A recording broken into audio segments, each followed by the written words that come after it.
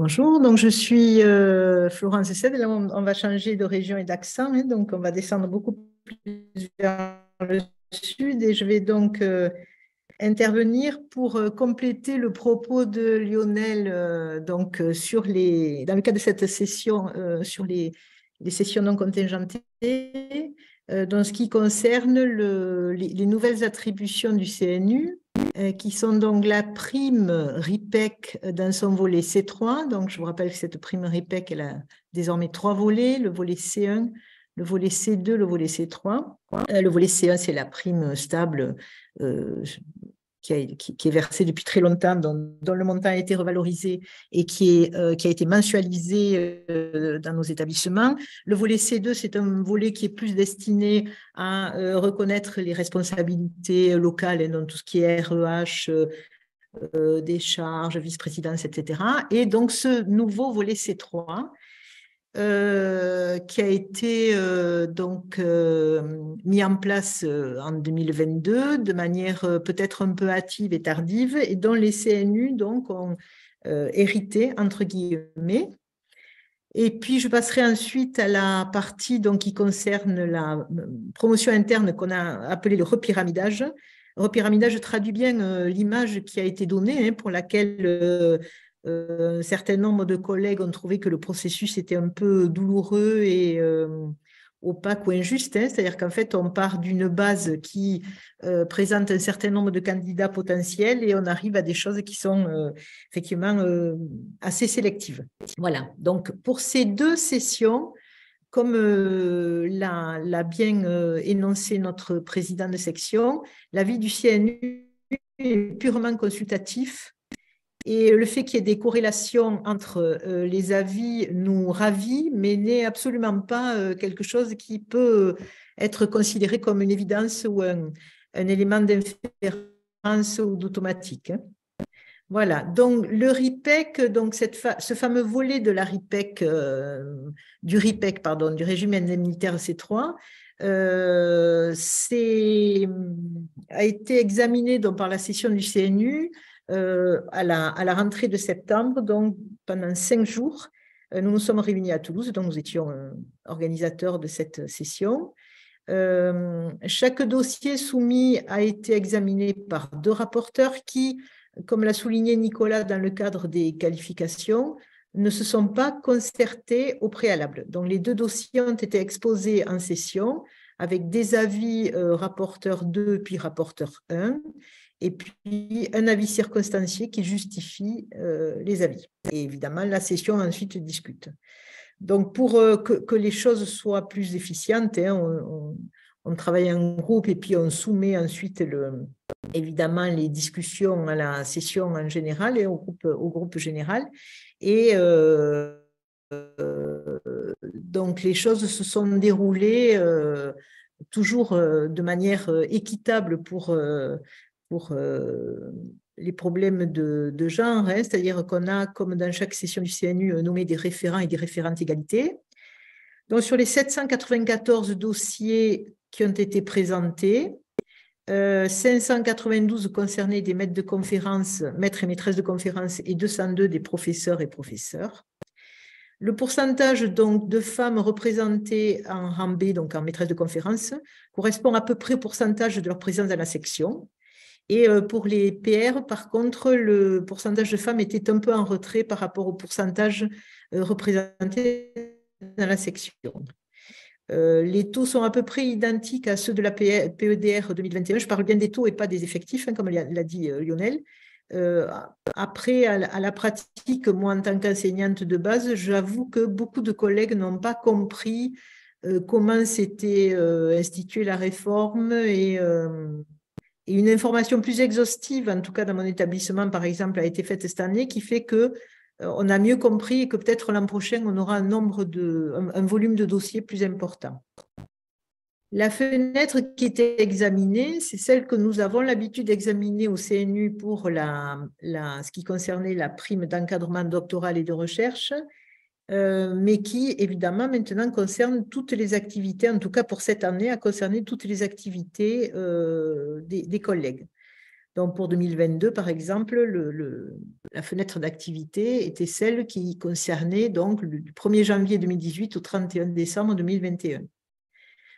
Nous constatons de plus en plus qu'un certain nombre de collègues, au-delà des congés classiques, maternité, paternité, congé parental, etc., ont subissent un certain nombre d'accidents de la vie ou sont tenus pour un certain nombre de contraintes. On parle par exemple des collègues qui deviennent aidants, dont on parle de plus en plus. Donc, beaucoup sont sur des activités à temps partiel où on bénéficié ou on subit des congés plus ou moins longs. Donc, il est évident qu'on encourage les candidates et les candidats qui sont dans cette situation à étendre d'eux-mêmes cette fenêtre, c'est-à-dire de rallonger la période dans le rapport d'activité, puisque sur cette RIPEC, on est bien d'accord, on est sur une fenêtre et pas la globalité de la carrière.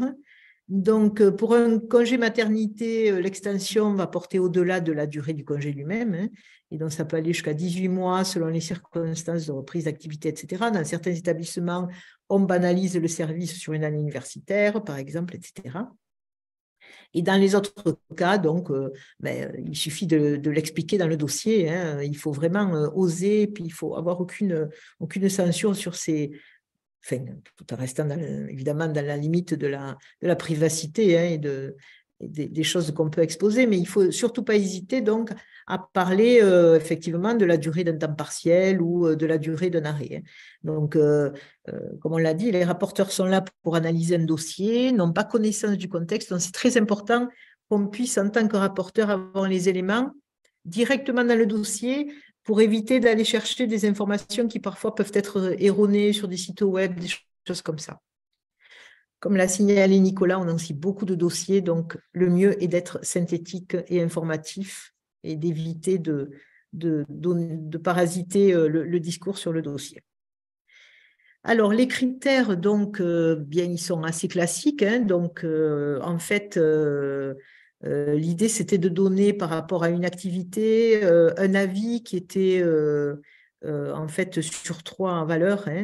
Bon, donc c'était très favorable, réservé. Bon, l'avis de l'établissement n'est pas un critère pour le CNU, ça a toujours été le cas, donc il n'est pas consulté, ce qui nous paraît être une bonne chose, en tout cas dans le contexte actuel dans lequel se situent ces évaluations, et dans la mesure où justement notre avis consultatif du coup ne peut pas être taxé d'avoir été induit ou déformé par un certain nombre d'éléments locaux.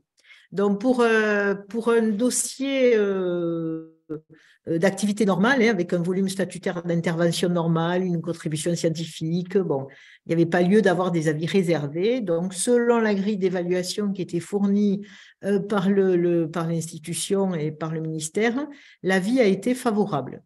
Le calage a été évident pour nous, dans la mesure où un avis réservé donc traduisait en fait une défaillance ou un certain nombre d'éléments manquants dans le dossier. Encore une fois, je parle bien du dossier, c'est-à-dire que volontairement, certains collègues n'ont pas renseigné certaines sections. Du coup, pour nous, il n'y avait pas d'éléments et l'avis a été réservé.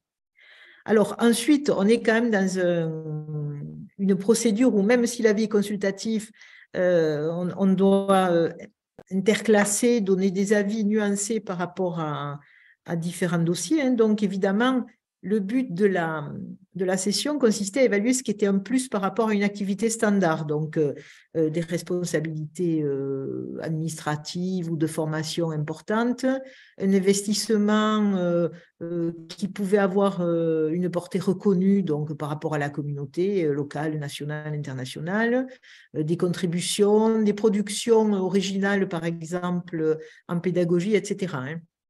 Donc, à ce moment-là, sur la composante qui justifiait cet avis, on a donné un avis très favorable.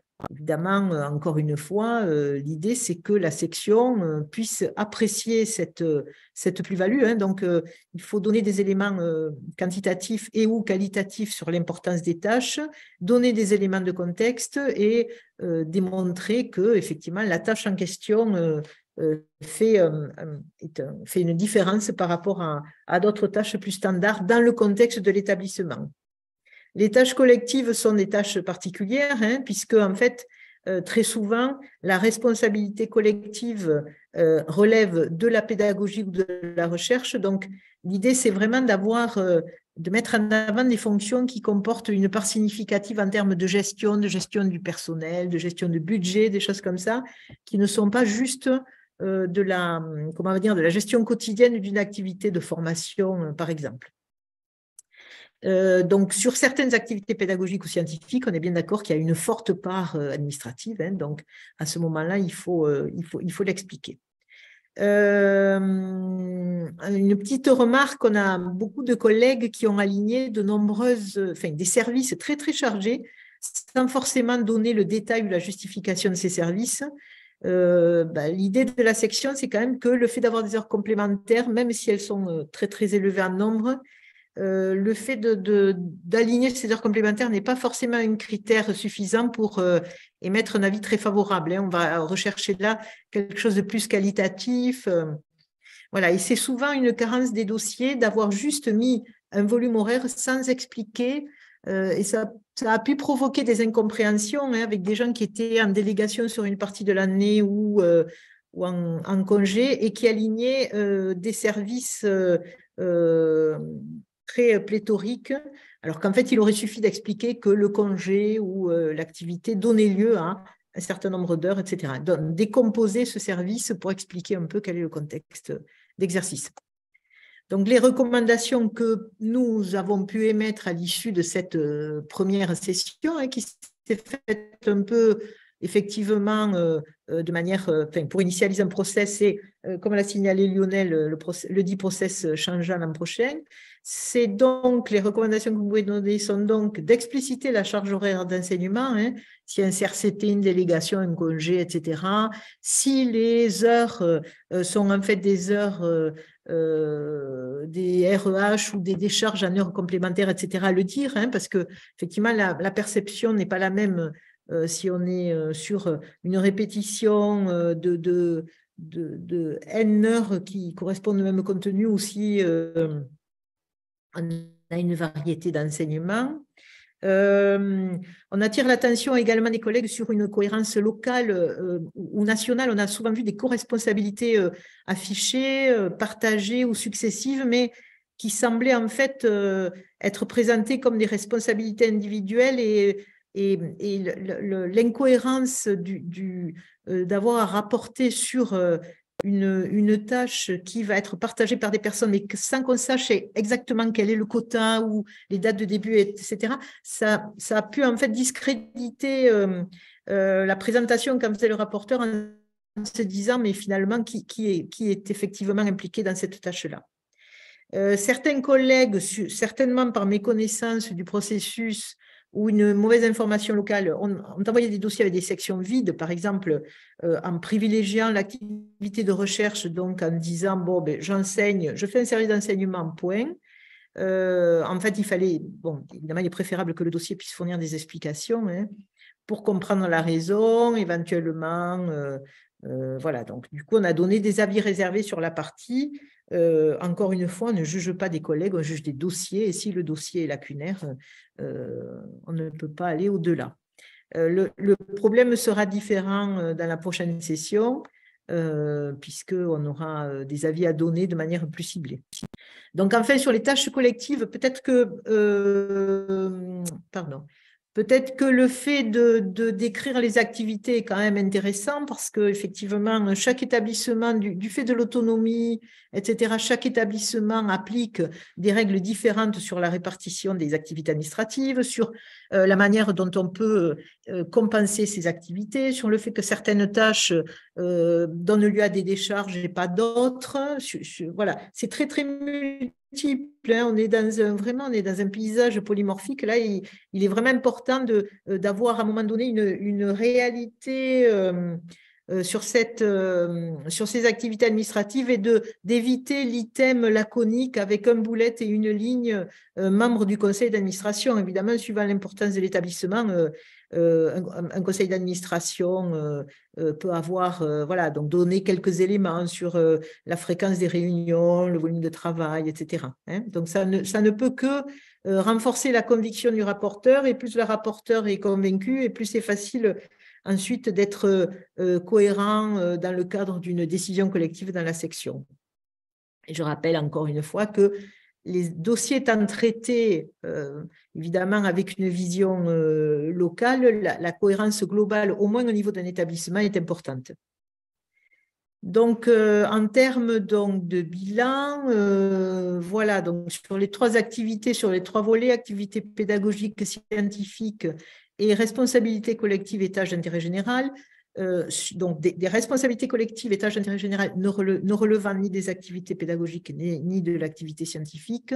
Nous avons donc établi la répartition des dossiers comme suit. Donc, vous voyez que sur les avis C sont quand même très, très minoritaires. Hein. Voilà, sauf effectivement peut-être sur les activités collectives où je pense qu'il y a un malentendu ou une mauvaise compréhension de quoi relèvent ces activités. Donc, la procédure d'attribution de la prime individuelle évolue. Elle évolue donc dans la manière dont les CNU instruiront la consultation, enfin l'évaluation des dossiers pour cette dernière session. Et il y a une chronologie aussi qui est différente. Ça a pu poser des problèmes dans certains établissements. Hein. En principe, la chronologie sera différente, mais encore une fois, dans la mesure où l'avis du CNU n'est que consultatif, il est très possible qu'il n'y ait pas de corrélation entre ces différents avis.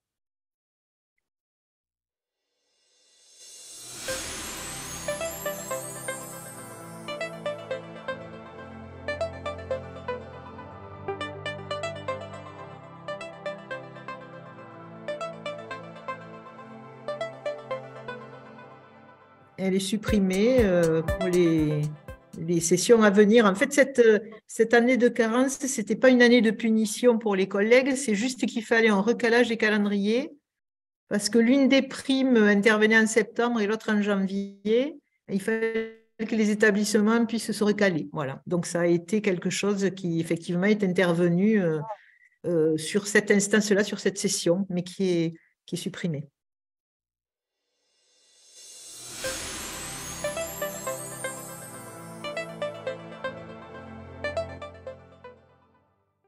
Bien, la transition, enfin, Lionel me reprendra, hein, c'est l'établissement qui la gère. Hein, donc les établissements continuent à abonder sur les PEDR jusqu'à la fin de la durée classique des ex-PEDR.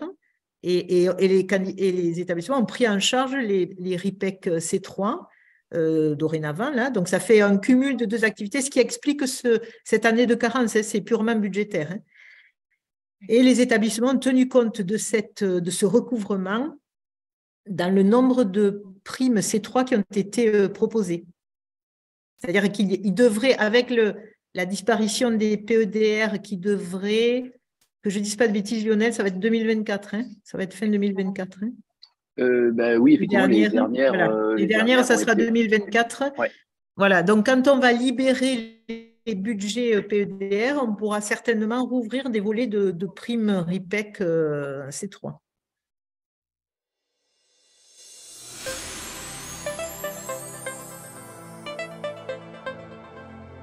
C'est l'établissement qui fait ce qu'il veut, qui estime et qui fait ce qu'il veut.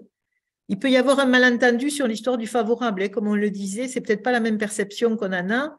Il est possible qu'on ait considéré dans certains établissements, mais comme on le faisait pour la PEDR, hein, on avait des collègues qui avaient un certain nombre qui étaient dans les 20, les 30 ou les 50% pour la PEDR avec des critères différents. L'établissement pouvait repêcher les gens à 30%, pouvait aller repêcher des collègues publiants avec un très bon niveau de publi dans les 50%. Donc ça, c'est de l'autonomie. Hein. Et là, il est évident qu'un dossier classé favorable avec 3B a pu être déclassé, entre guillemets, par rapport à un dossier qui avait une composante A et une composante C. Mais du coup, avec la nouvelle, le nouvel algorithme, la règle du jeu sera plus explicite.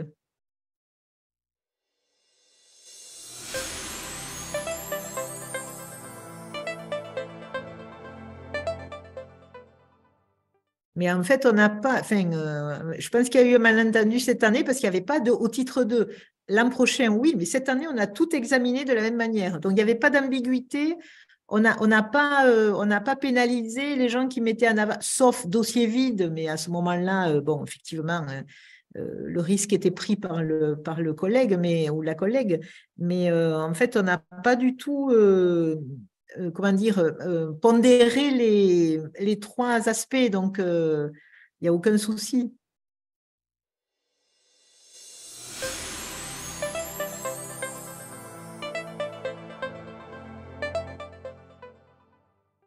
Oui, bien sûr. Ah ben, la prime est donnée pour une durée, donc on ne peut pas cumuler à 2 titres, mais une fois que c'est fini, on peut redemander. Alors, je pense qu'en fait, ces questions, elles viennent du fait que comme il y avait initialement, l'année de carence, en fait, les gens essayaient de contourner parce que le texte disait que on ne pouvait pas demander une continuité, qu'il fallait respecter l'année de carence. Donc, je crois que certains collègues pensaient qu'en changeant de volet de prime, on pouvait éviter l'année de carence, mais ça n'a plus cours. On redemandera la RIPEC et on la demandera au titre de ce qui nous plaira ou de ce qui nous paraîtra le plus opportun.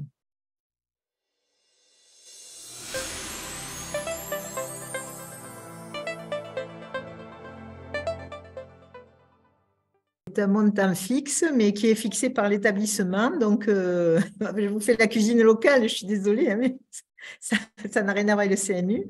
C'est un montant fixe, mais qui est fixé par l'établissement. Hein. C'était comme le montant des PEDR, qui n'était pas quelque chose. Voilà. Donc, après, il y a des possibilités. Il y a des établissements qui ont fixé des règles de cohérence entre la C2 et la C3, enfin, où on peut demander, pas demander, enfin bon, tout ça. Voilà. C'est l'autonomie des universités, hein, dorénavant, encore une fois. Le CNU est loin de ses contingences financières, mais voilà. Allez, si je peux me permettre de compléter, donc il y avait un montant minimum qui était de 3 500 €. Et effectivement, certains établissements ont choisi de donner ce montant minimum pour pouvoir en donner au maximum de personnes. D'autres établissements ont fait d'autres choix.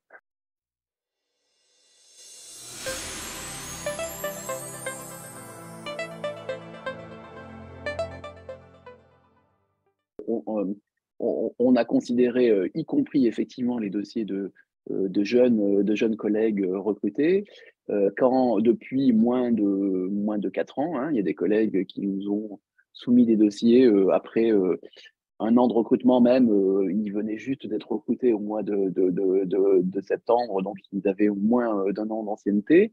On a considéré ces dossiers absolument comme les autres. On a pris une période glissante de 4 années, c'est-à-dire que on a bien considéré ce qu'ils avaient fait, par exemple, précédemment. Mettons, ils avaient souvent eu des périodes de post-doc ou d'ATER ou d'autres types de contrats. Donc, on a regardé ce qui s'était passé sur les 4 dernières années, et on a donné des avis en conséquence. Donc après, encore une fois, c'est la décision de l'établissement d'attribuer ou pas la C3. Mais oui, on a bien évalué les dossiers des jeunes collègues comme tous les autres.